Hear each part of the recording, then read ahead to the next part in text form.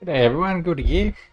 Um, I'm going to start up a new series, a long-term playthrough on this Ark Survival Evolved, and it's going to be a sort of a long-term sort of thing. It's going to go for a long time, but I thought I'd bring you in here first and do a settings video, just so people get an idea of what sort of settings I'm going to be using to do the series. So if you want to play along or if you just want to do a cool single player yourself, these are the settings I'm using.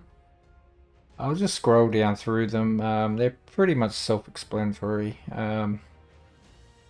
Difficulty 1, sort of all the sort of standard stuff. But I'm just going standard XP.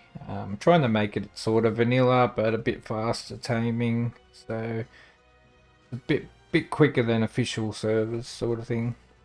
Because official servers, I spent like nearly 12 hours taming a beaver once, and that just was not on. I didn't like that. So, yeah, so I've got 3 times taming speed here.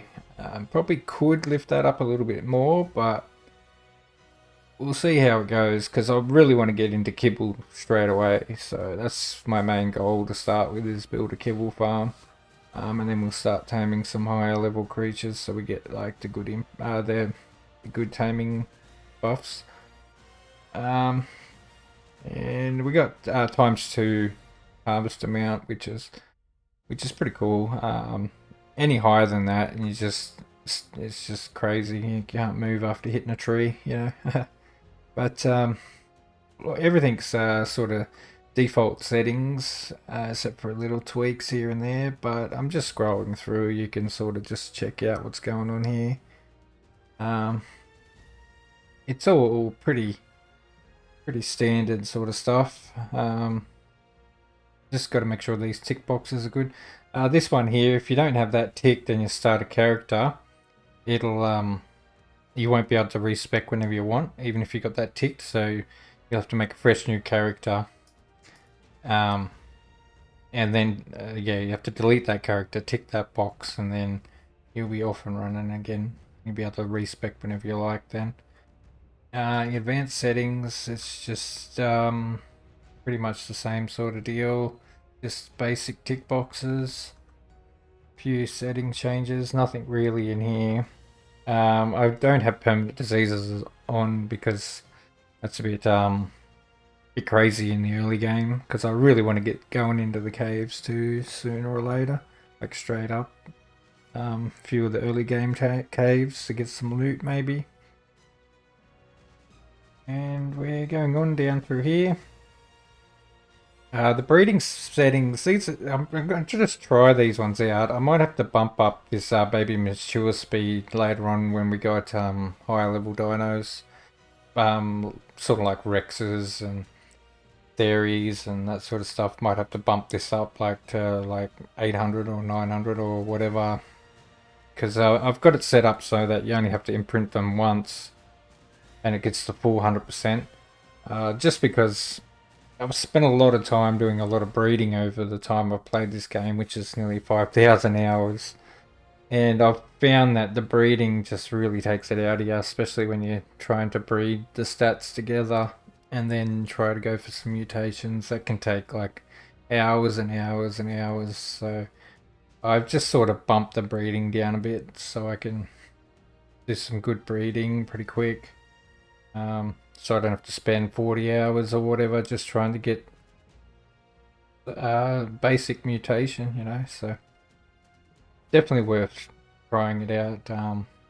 Adds a bit more to the game when you can start getting into mutations and mutation stacking and stuff like that. But yeah, that's pretty much the settings for a smaller dino. We might have to bump this one up. So. Day cycles, I've just got them on stock. Spoiler, meat spoiler and stuff like that. Later on we might bump that up to like 2, but for to start with we're just going to leave it at standard because we want some spoiled meat to make narcotics and stuff with, so we don't want to wait forever for it to go off. So we'll just leave that on default. All this is yeah, we've got our crops here. I just got them bumped up so they just grow quicker and produce more, and they last longer in the crop plots,